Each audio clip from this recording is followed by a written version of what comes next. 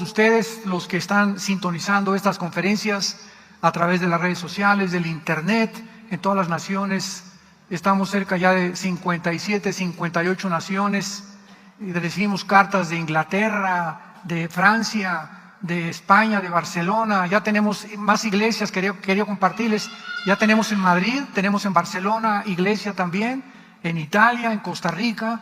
En Colombia tenemos 3 en Bogotá, nada más en la ciudad de Bogotá tenemos 3 iglesias de Villanueva, una en Denver, Colorado. Tenemos discípulos en Inglaterra también, y le damos gracias a Dios por este alcance que Él nos ha dado. Y nos habla también de la seriedad con la cual los cristianos están tomando las Sagradas Escrituras, porque verdaderamente el tiempo es corto. Y mientras más atención pongamos y más firme hagamos nuestra convicción, más sólida será nuestra esperanza y más ganas y el ánimo, será una pasión la que debemos de tener, una pasión porque el Evangelio sea compartido en el mundo. Esta serie de profecías selladas del fin, estamos compartiendo que las profecías del Antiguo Testamento, cada vez lo vamos a ver con bastantes versículos, cada vez que tú oyes en el Antiguo Testamento los últimos días o los postreros días o el tiempo del fin, siempre en el Antiguo Testamento se refiere a los últimos días, al tiempo del fin de Israel. Y siempre se refiere a la gran tribulación.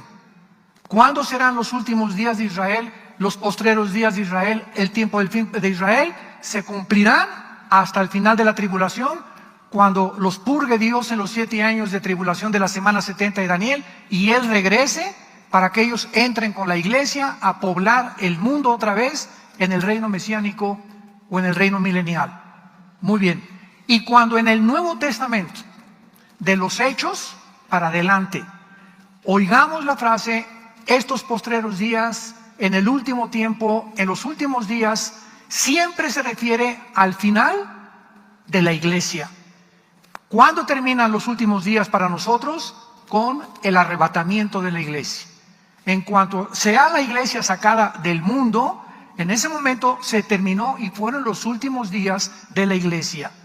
Y entonces comienza Dios y regresa a terminar lo que dejó pendiente con la nación de Israel. Veamos entonces que el término bíblico, los últimos días, y el más popular, los últimos tiempos, no siempre se refieren a la iglesia o a Israel. Tenemos que ver en dónde está el texto y el contexto descrito. Y vamos a ver a continuación, veamos algunos pasajes. Comencemos con Deuteronomio capítulo 4, para demostrar primero algunos textos del Antiguo Testamento.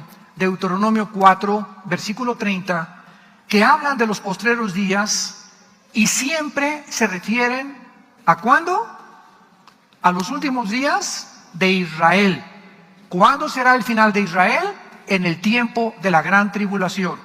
Ahí Dios terminará con la nación de Israel.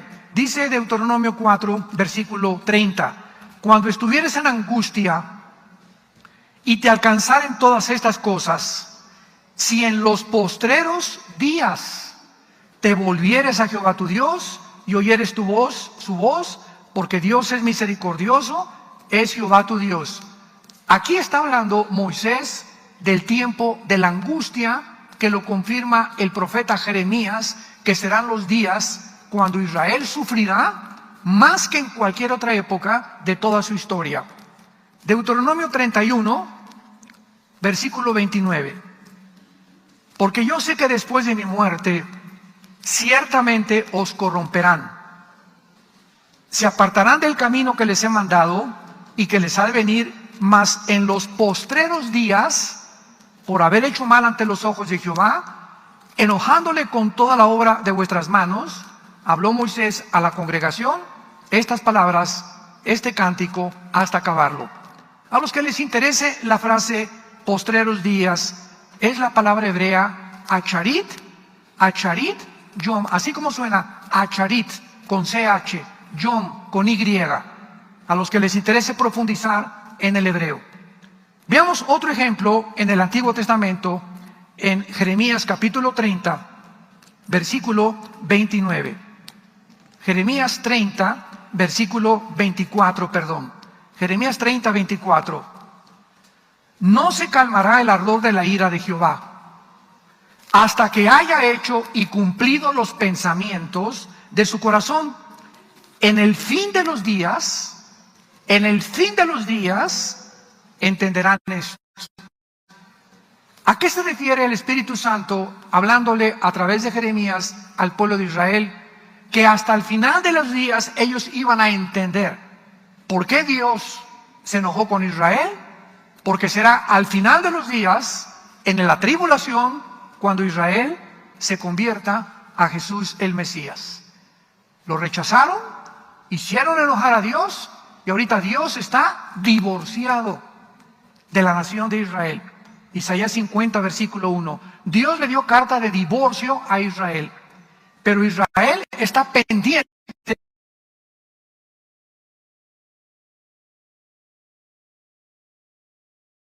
Están esperando a que venga la tribulación, Dios los meta al horno, que es lo que va a ser la tribulación, y ahí ellos van a encontrar al Mesías. No todo Israel, porque no todos los que descienden de Abraham, de Isaac y de Jacob son judíos.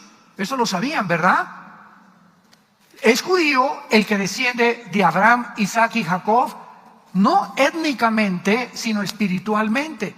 Gálatas capítulo 3 lo explica el apóstol Pablo. La iglesia somos hijos de Abraham. Y el que es de la fe recibe las bendiciones de Abraham. ¿Por qué? Porque la semilla que Dios bendice en Abraham no fue a Ismael, fue a Isaac. Y de Isaac vino entonces Jacob. Jacob tuvo las 12 tribus, de las 12 tribus Judá, a David, Salomón, y ahí viene toda la semilla. ¿Y quién es la semilla? Jesucristo.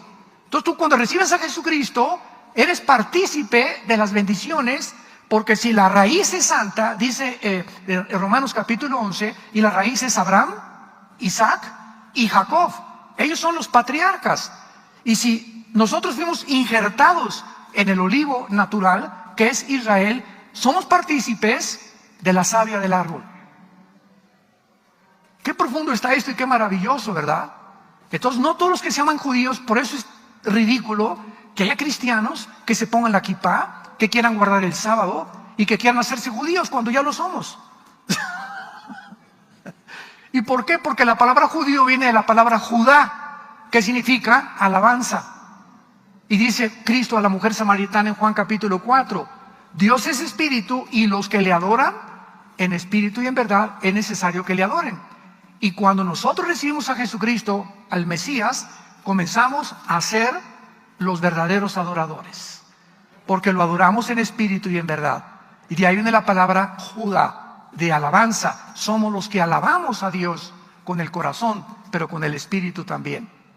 Muy bien, veamos ahora algunos pasajes del libro de Daniel, que es donde más se encuentran las frases en los tiempos del fin, en los postreros días, e insisto y enfatizo, todos se refieren al tiempo de la gran tribulación.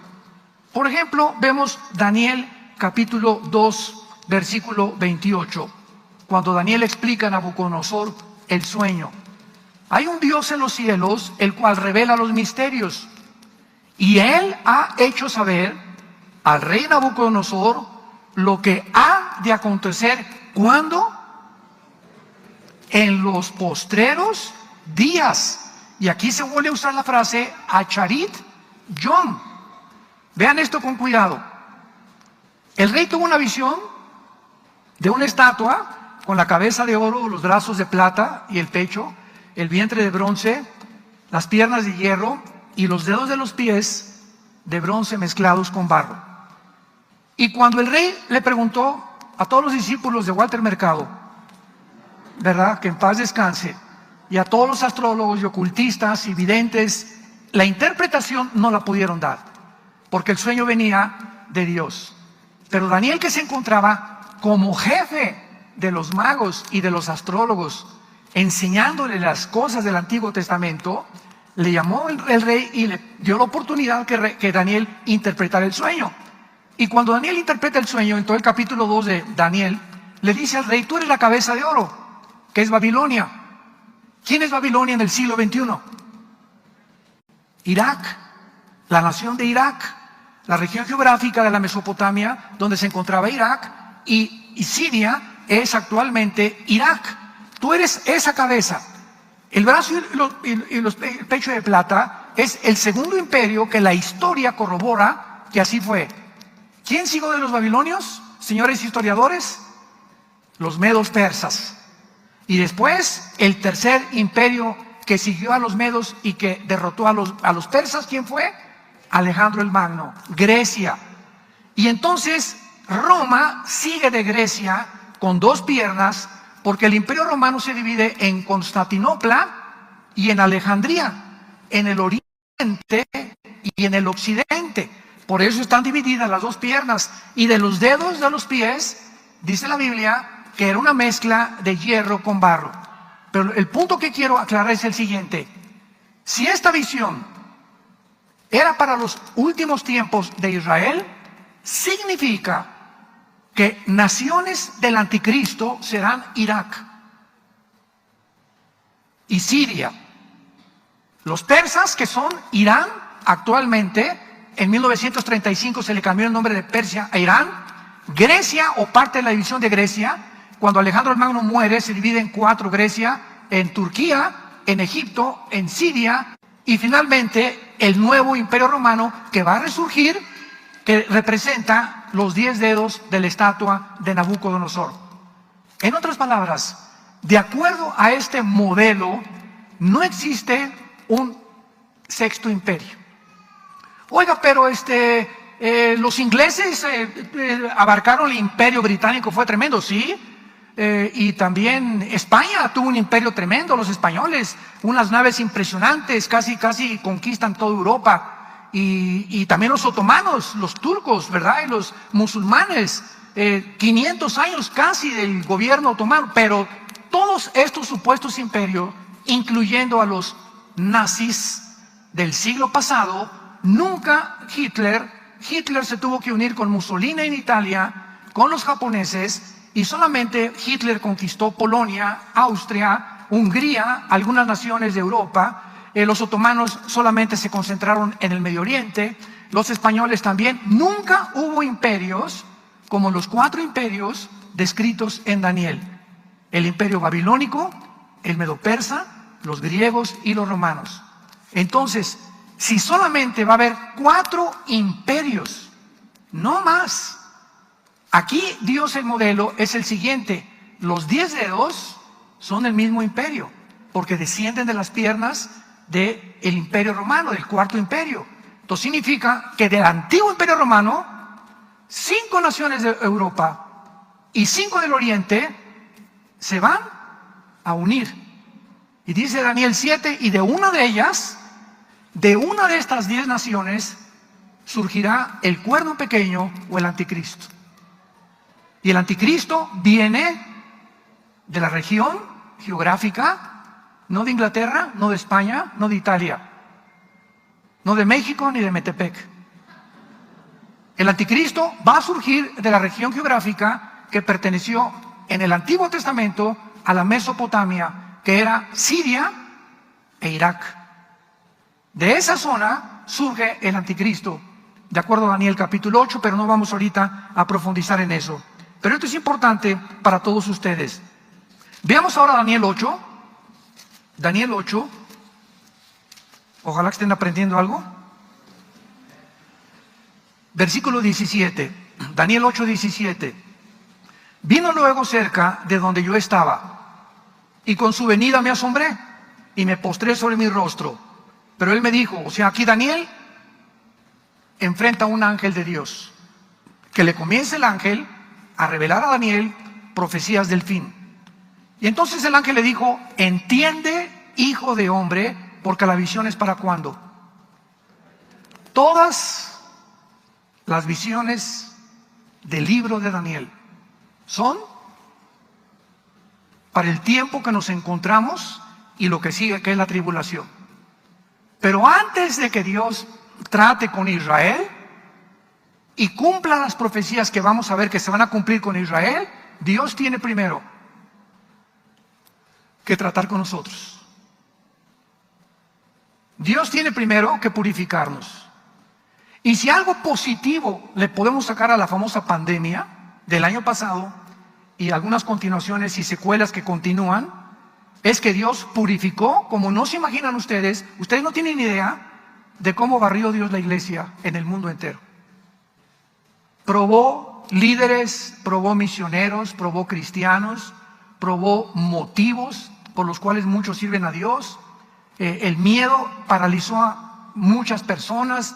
El miedo te impide actuar, te desconcentra, no puedes pensar racionalmente por el temor. En fin, ¿verdad? Hubo una limpia. Dios pasó la escoba y el trapeador por las iglesias que se decían cristianas. Y ustedes no se imaginan, me decía Marcelo en Italia, Armando, aquí nada más en Italia, más de 27 iglesias cerraron. Ya desaparecieron, ya no existen. De nosotros, la mitad que teníamos no regresó. Están comenzando a regresar poco a poquito. Pero todo esto no es más que una limpia de Dios para purificar a los que no son, que de una vez se sepa quiénes no son. Porque las iglesias estaban llenas de cristianos, entre comillas, profesantes, que iban y regresaban el domingo, el lunes, martes y miércoles, volvían a ser Juan Camaney, volvían a ser el Charrasca y el Juan Charrasqueado. Llegaban el domingo y tenían cara de San Clodomiro. Pero en sus casas nunca su vida fue cambiada, su matrimonio nunca fue estructurado, sus hijos nunca vieron el ejemplo de sus padres, y hay millones de jóvenes decepcionados de sus padres, de la hipocresía de sus padres. Estaba leyendo hoy en la mañana una página de las que ya están saliendo sin censura, que hubo más suicidios en Europa y en Japón y en Estados Unidos que la cantidad de muertos por la pandemia. ¿De qué suicidios está usted hablando? Me preguntarás. Entre niños de 12 a 18 años.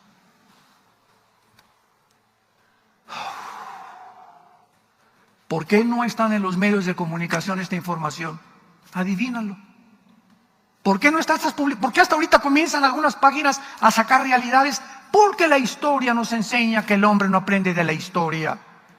Hasta que llegó Inglaterra a Berlín en la Segunda Guerra Mundial, con los canadienses, con los norteamericanos y con los rusos, porque Stalin se unió a Inglaterra y Estados Unidos contra los nazis, hasta que llegaron a Berlín, después de casi 5 años del 39 al 45, 6 años de Segunda Guerra Mundial, nadie se enteró lo que estaba haciendo, la maldad que se encontraba detrás de Hitler. Los experimentos genéticos que hicieron con millones de personas. Y cuando los alemanes, 85 millones de alemanes, abrieron los ojos y se dieron cuenta de lo que había pasado, dijeron, pero no puede ser. Si tenían caras de buenos, el país iba adelante, y se levantó la Volkswagen, inventaron el carro Porsche, sacó a los comunistas de Alemania Hitler, mandó construir casas, etcétera, etcétera. Era el frente. Siempre tienen algo que tener, una cortina de humo, para que el diablo trabaje a gusto. Y esa cortina de humo, ese frente que engaña a los millones de personas, porque así termina la Biblia, Apocalipsis 12, 8 al 10, el diablo que engaña al mundo entero. Si 85 millones de alemanes cultos, abogados, arquitectos, científicos, virólogos, epidemiólogos, fueron engañados, personas cultas, personas estudiosas, o sea, no solamente es de los, como decía Cantinflas, de los iletrados, el engaño, las personas más cultas, reyes, etcétera, etcétera, son engañadas, y en esta última pandemia lo hemos comprobado. Es increíble el engaño científico al que se cayó en estos días. Pero no aprendemos de la historia, y ahorita, antes de que venga la tribulación a los judíos, Dios está probándonos a nosotros. Y dice 1 Pedro capítulo 3, porque el juicio comienza en la casa de Dios. Dios te va a probar. Dios te va a probar y Dios te va a probar. Y va a ser bajo el fuego donde Dios nos va a probar. Y ahí se va a manifestar el calibre con lo cual estamos hechos. A través del fuego de la prueba de Dios. Y veamos en último lugar en Daniel 12. Ya todo el capítulo 12 de Daniel culmina con la gran tribulación. Daniel 12, en aquel tiempo, ¿de qué tiempo está hablando? Está hablando del tiempo Kairos, en el griego, que es la palabra et, Enrique, T de tío, H en el hebreo, et, que es igual a Kairos, en un tiempo específico. Está hablando el Espíritu Santo en el tiempo de la tribulación, porque todos los últimos versículos del capítulo 11 son las guerras del anticristo. Entonces, está hablando, en aquel tiempo se levantará Miguel, y esto concuerda con Apocalipsis 12, en aquel tiempo habrá una guerra cósmica en el cielo.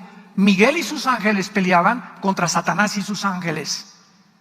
En la tribulación habrá una confrontación en el cielo cósmica entre el arcángel Miguel y Satanás y sus ángeles. Va a vencer Miguel desde luego, y Satanás y sus ángeles, Apocalipsis 12, serán lanzados al planeta Tierra. Imagínense estos 7 años en este mundo. Si ahorita estamos padeciendo bastante de muchas cosas, en el tiempo de la tribulación, Satanás baja personalmente al mundo, acompañado de cientos de miles de ángeles caídos, tal vez disfrazados de extraterrestres. O tal vez sean los 10 gobiernos que va a tener el anticristo, que estos gobernantes están poseídos, como Alejandro el Magno fue poseído por un principado satánico. Este gobierno del anticristo serán poseídos por ángeles caídos. Y además, Apocalipsis 9, se va a abrir el infierno. Millones de demonios saldrán del abismo y atormentarán a los seres humanos por más de 5 o 6 meses. Y agrégale que el anticristo va a hacer señales, el falso profeta, señales y prodigios. El mundo, si ahorita estamos siendo engañados en muchas cosas, imaginemos cuando haya fenómenos sobrenaturales y fenómenos cósmicos. Ya los ovnis van a desaparecer en el tiempo de la tribulación. Los que tripulan los ovnis son los que van a bajar aquí, disfrazados de extraterrestres. Todo está preparado para la consumación del plan de Dios. En aquel tiempo se levantará Miguel, el gran príncipe que está de parte de los hijos de tu pueblo. O sea, la Biblia menciona que Miguel, el arcángel, es el que defiende a la nación de Israel. Está designado para ser el defensor de Israel. Y dice, y será tiempo de angustia. ¿Cómo sabemos que es la tribulación? A continuación dice estas palabras: cual nunca fue desde que hubo gente hasta entonces. Nos damos cuenta, por el lenguaje, que jamás en la historia va a haber el problema, la angustia que va a haber en la tribulación. Y Cristo en Mateo 24, 21 lo confirma. Porque habrá tribulación como nunca jamás, ni la Primera Guerra Mundial, ni la Segunda Guerra Mundial, ni los genocidios de Hitler, ni de Stalin, ni de Mao, ni de Mao Zedong, ni de Lenin. Nada se va a comparar con los 7 años de la tribulación, donde gracias a Dios, si tú eres hijo e hija de Dios verdadero, es tiempo que le entregues tu vida a Jesucristo. Porque se viene sobre el mundo como ustedes no se imaginan. Y dice aquí, entonces tu pueblo en aquel tiempo será libertado. Todos los que se hallen escritos en el libro. Muchos de los que duermen en el polvo de la tierra serán despertados, unos para vida eterna y otros para vergüenza y confusión perpetua. Noten el versículo 3, los entendidos, que es la palabra en el hebreo sakhal, S-A-K-H-A-L, sakhal, los entendidos. ¿Quiénes son los entendidos? En este tiempo que estamos viviendo, ¿quién ha entendido lo que está pasando en el mundo? Nadie levante la mano. ¿Quién ha entendido? ¿Quién ha entendido? De todos los que nos escuchan, ¿quién ha entendido en estos últimos 16 meses, 18 meses, que detrás de todo se encuentra Satanás? No veamos a epidemiólogos, ni a virólogos, ni aquí, ni que organizaciones. 1 Juan 5:19, el mundo entero se encuentra bajo el maligno. cualquier alteración en el mundo como la que hemos tenido, detrás se tiene que encontrar el príncipe de las tinieblas, forzosamente. Y si se encuentra detrás de los hombres son títeres nada más. Efesios 6:12, no tenemos lucha contra sangre y carne. No es la lucha entre nosotros, ni contra los nazis, ni contra ni contra tu suegra, ni contra tu vecino. Nuestra lucha es espiritual. Y si queremos no perder de vista que es una guerra espiritual a la que nos estamos enfrentando, la única manera de sobrevivir es de rodillas. Nada más. Todo este tiempo, no me quiero afanar ni mucho menos, ¿verdad? Ni gloriarme. Pero en todo este tiempo que ha pasado, nunca he estado más tiempo de rodillas en mis 43 años que llevo de predicar este mensaje. Este año cumplo 43 años de ministerio, 46 años de ser cristiano. En los 46 años que tengo de ser cristiano, los cumplo este año. Jamás me había movido el Espíritu Santo a orar tanto como en estos tiempos. Me levanto a las 3 de la mañana, me levanto a las 5 de la mañana, a las 11 de la mañana, después de la comida, a las 6 de la tarde, pero así siento que necesito estar con Él, con el Señor y con su palabra. Porque son los tiempos en que tenemos que entender. Dice uno de los salmos, gran entendimiento tienen los que aman y guardan tu palabra. ¿Quieres entender realmente y no quieres pasar desapercibido de todos los que van a venir como el diluvio y se los va a llevar a todos? Como dice Mateo 24, ¿te acuerdas lo que dice? Como en los tiempos de Noé, ¿y te acuerdas lo que dice? Y no entendieron. Siempre el entendimiento es la característica y la capacidad que el Espíritu Santo nos da cuando vivimos cerca de Él.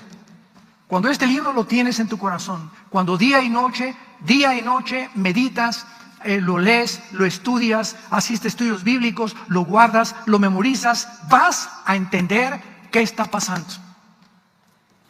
Y a los demás se los llevará la ola, como un tsunami, como en los tiempos de Noé. Los entendidos resplandecerán como el resplandor del firmamento, y los que enseñan la justicia a la multitud como las estrellas a perpetua eternidad. Pero tú, Daniel, fíjense la orden que el ángel le da a Daniel: cierra las palabras y sella el libro. ¿Hasta cuándo? ¿Qué significa esto, santos de Dios? Esto fue escrito hace 2600 años. 600 años antes de Cristo, Daniel escribió. 600 años después, Juan el Apocalipsis. Tenía que pasar 2600 años de historia para que nosotros que estamos viviendo en los últimos días o en los últimos tiempos de la iglesia comencemos a entender las profecías que confirman que nos encontramos en esta generación. Hasta en este momento estamos comenzando a entender las profecías del libro de Daniel, porque estaban selladas para el tiempo del fin. Dice el versículo 9, él respondió: anda, Daniel, estas palabras están cerradas y selladas, otra vez, hasta el tiempo del fin. Muchos serán limpios, emblanquecidos y purificados. Los impíos procederán impíamente, y ninguno de los impíos, ¿qué dice? Entenderá. ¿Tú eres hijo e hija de Dios o eres impío o eres una impía? ¿Qué cosa sucede cuando una persona no entiende los caminos ni los pensamientos de Dios? Vives confundido. ¿Qué es la confusión? No chepo pa' dónde voy, chipa acá, o chipa allá, o chipa allá atrás. Esa es la confusión, no sabes qué camino agarrar. Te casas con la persona equivocada, compras el carro equivocado, compras la casa equivocada, no sabes cómo invertir tu dinero, no sabes en qué escuela vas a meter a tus hijos, no sabes cómo educarlos, vives así, ¿verdad? Porque no tienes dirección. Eso es lo que produce la confusión espiritual. Ya te vas con un muchacho, y ya te vas con otro, y antes de que te cases ya pasaste con 6 o 7 muchachos. O con 6 o 7 muchachas, porque no sabes cuál. Esa es la confusión que produce no vivir cerca de Dios. Los entendidos entenderán y comprenderán, pero los impíos continuarán siendo cada vez más malos. La maldad ha llegado ahorita en el mundo como no se la pueden imaginar. Los nazis parecen kindergarten con lo que está pasando actualmente en el mundo. Hay una maldad impresionante, un plan, un proyecto que está preparando todo para los tiempos en que aparezca el anticristo ante la humanidad. Y para terminar, veamos ahora en el Nuevo Testamento las frases de los postreros días, los últimos días, para saber y contestar la pregunta: ¿en qué tiempos entonces nos encontramos? Vamos a entenderlo a continuación. En Hechos capítulo 2, Hechos capítulo 2, versículo 16 y 17, Pedro se encuentra citando al profeta Joel en Pentecostés. ¿Y qué dice Pedro? ¿Y en los qué? Y en los postreros días, dice Dios, derramaré mi espíritu sobre toda carne. Vuestros hijos y vuestras hijas profetizarán, vuestros jóvenes verán visiones, vuestros ancianos serán sueños. Pedro está citando que desde que se inició la iglesia, atención, desde que se inició la iglesia hasta que seamos sacados del mundo, nos encontramos en los últimos días de la iglesia, no de Israel. Los postreros días, lo vamos a confirmar más adelante, comenzaron desde que el Espíritu Santo vino en Pentecostés hace 2000 años. Nos encontramos en los últimos días o en los últimos tiempos de la iglesia. Vamos a confirmarlo.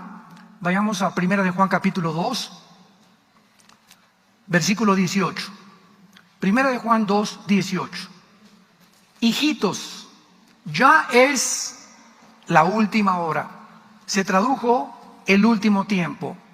Y según ustedes han oído que el anticristo viene, así ahora han surgido muchos anticristos.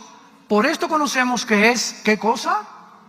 Que nos encontramos, por esto sabemos, por la guerra tan impresionante contra el cristianismo, por lo que están haciendo y matando a los cristianos en el mundo entero, por la persecución que hay tan feroz en la China contra los cristianos y en otras partes, en naciones del norte de África, inclusive en Chiapas, en Oaxaca. No se imaginan ustedes, pero no lo publican.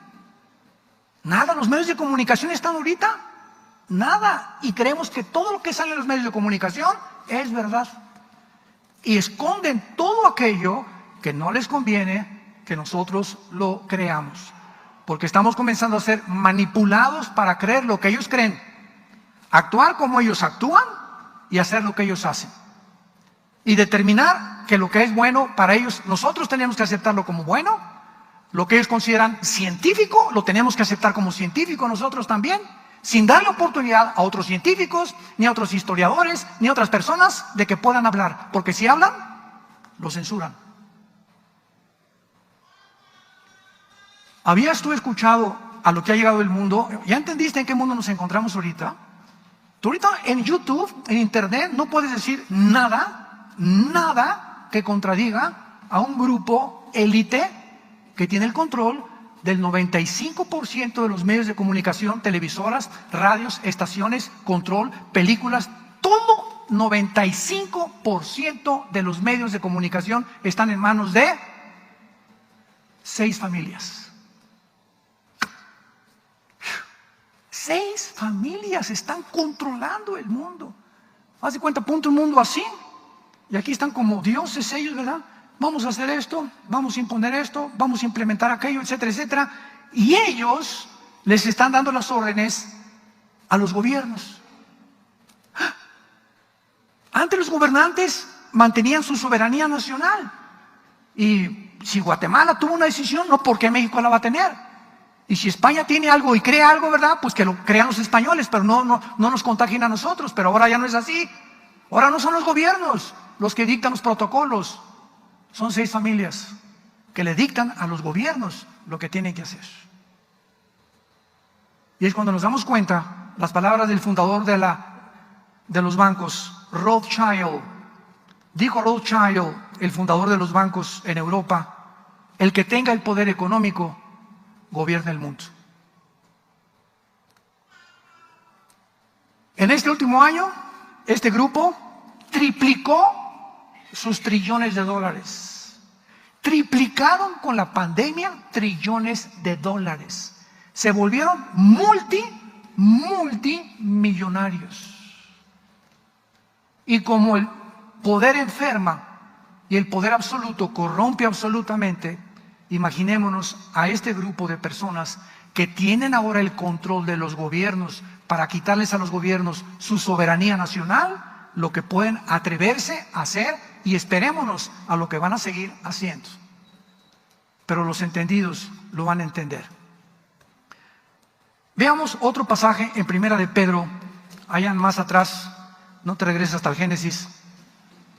En Primera de Pedro vemos otra vez otro del capítulo 1, versículo 20, que nos confirma que nos encontramos la iglesia en los últimos tiempos, desde los tiempos de los apóstoles.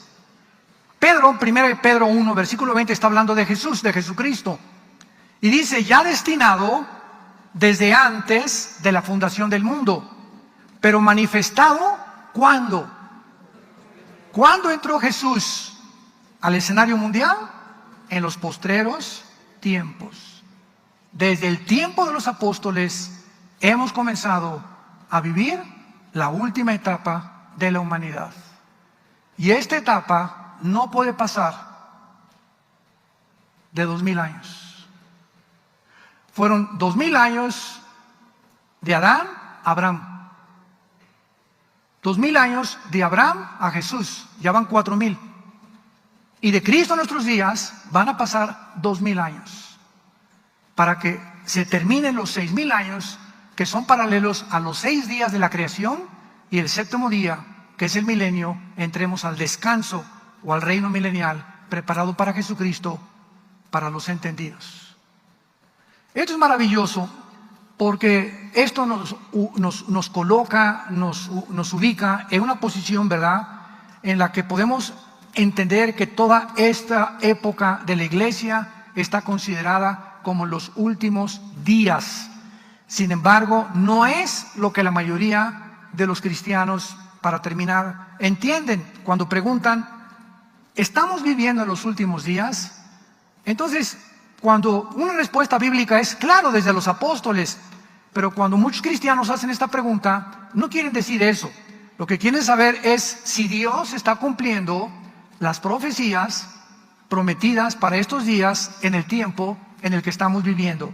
Y para contestar esta pregunta necesitamos ver rápidamente algo del Antiguo Testamento para que podamos corroborarlo. Por ejemplo, los judíos, o la historia para los judíos, consiste en 2 épocas. Los judíos ven la historia en 2 épocas, nada más. Una, la época presente en la cual Israel continúa esperando al Mesías. Y la otra época para ellos comenzará cuando el Mesías venga y establezca su reino. Un tiempo de juicio, de devastación, de liberación de Israel antes de la venida del Mesías será para los judíos el último tiempo, los últimos días para ellos. Y el lenguaje que se usa en el Antiguo Testamento para los tiempos finales es para referirse al tiempo de la tribulación. Lo vuelvo por tercera o cuarta vez a repetir. La frase los últimos tiempos, postreros tiempos en el Antiguo Testamento se refiere a los tiempos de la tribulación, o sea, el tiempo que culminará con la segunda venida de Jesucristo para este tiempo y reino milenial. Y vemos nosotros claramente que entonces nos encontramos en los últimos días, desde que comenzó la iglesia, pero no estamos en los últimos días de la nación de Israel. En Primera de Pedro 4:7 dice así, este versículo me encanta, siempre que contesto correos les mando este versículo. Primera de Pedro 4:7, mas el fin de todas las cosas se acerca. Sean sobrios y velen en oración. ¿Quieres un consejo? Primera de Pedro 4:7, te lo acabo de dar. El fin de todo ya terminó. Nos encontramos en una generación maravillosa, testigos de que este libro es la palabra de Dios. que no hay nada ni torcido ni perverso en este libro. Todas las cosas que están escritas en este libro son rectas para los que entienden y razonables para los que han encontrado la sabiduría. Porque la palabra de Dios es viva y eficaz y más cortante que toda espada de dos filos. Y en esta mañana ha entrado para partir y dividir tu alma y tu espíritu, las coyunturas y tus huesos. Y para que tú puedas entender que una vida tienes, una vida tenemos, una sola, no dos ni tres, una. Porque no hay purgatorio, no hay limbo, no hay reencarnación. Una vida tenemos para que hoy, que escuchas esta palabra, hagas firme tu convicción con el Señor Jesucristo, que fue crucificado, fue enterrado y fue resucitado a los 3 días. Y ahora se encuentra sentado a la diestra del Padre, esperando venir por nosotros. Pero mientras viene por nosotros, Él se encuentra intercediendo por nosotros, para que nuestra fe no falte. Gracias, Padre, en esta mañana por tu palabra. Hemos comprendido y entendido que el fin de todas las cosas se acerca. No nos dejemos sorprender ni espantar ni conmover en el espíritu por lo que está pasando en el mundo. De ninguna manera. Alegrémonos, porque las tinieblas cubrirán el mundo. Así lo dice la Biblia. Pero en nosotros, que somos tu familia, que diste tu vida en una cruz en nuestro lugar, vamos a entender y va a resplandecer la luz y vamos a saber en este tiempo lo que tenemos que hacer. Vamos a saber qué decisiones tomar. Vamos a saber cómo cuidar a nuestra familia, cómo invertir nuestro dinero, cómo viajar, cómo vivir de día y de noche, porque tendremos la luz de tu Espíritu Santo. Gracias, Jesús, por tan grande salvación, bendito y amado Salvador. Esperamos que vengas pronto. Ven, dice la iglesia, ven Jesús, ven. Y el que tenga hambre y tenga sed, venga y beba del agua de la vida gratuitamente. Te invito hoy en este momento, en esta mañana, que vengas a la cruz. Ven a la cruz hoy. No te invito a ninguna religión, a ninguna ideología. Te invito a que vengas a un hombre llamado Jesucristo. Esa es la invitación de la Biblia. Ven a la persona del Hijo de Dios, que envió Dios al mundo a pagar por tus pecados y a pagar por mis pecados. Y dile ahí desde donde tú estés, los que nos ven por la televisión también, dile: Señor, perdóname por todas las maldades que he hecho, por todas las veces que he violado tus leyes, por todos mis pecados. Pero ahora creo que en esa cruz pagaste con ellos, por ellos, para que yo tuviera la salvación. Gracias porque esa sangre que derramaste, Señor Jesús, en la cruz, me limpia de toda maldad, de todo mi pasado. Hoy mi pasado queda desaparecido, como si jamás lo hubiera hecho, por tu gracia. Esto se llama gracia, donde Dios, siendo pecadores, ahora nos llama santos y ahora nos llama justos. Gracias a Jesucristo. Justificados por la fe, tenemos paz para con Dios por medio de Jesucristo, por quien también tenemos entrada a esta gracia en la cual estamos firmes y nos gloriamos en ella. Y en las tribulaciones nos gloriamos también, porque las tribulaciones producen paciencia, la paciencia esperanza, y la esperanza no avergüenza, porque el amor de Dios ha sido derramado en nuestros corazones por el Espíritu Santo que Él nos ha dado. Gracias, Señor. Dile: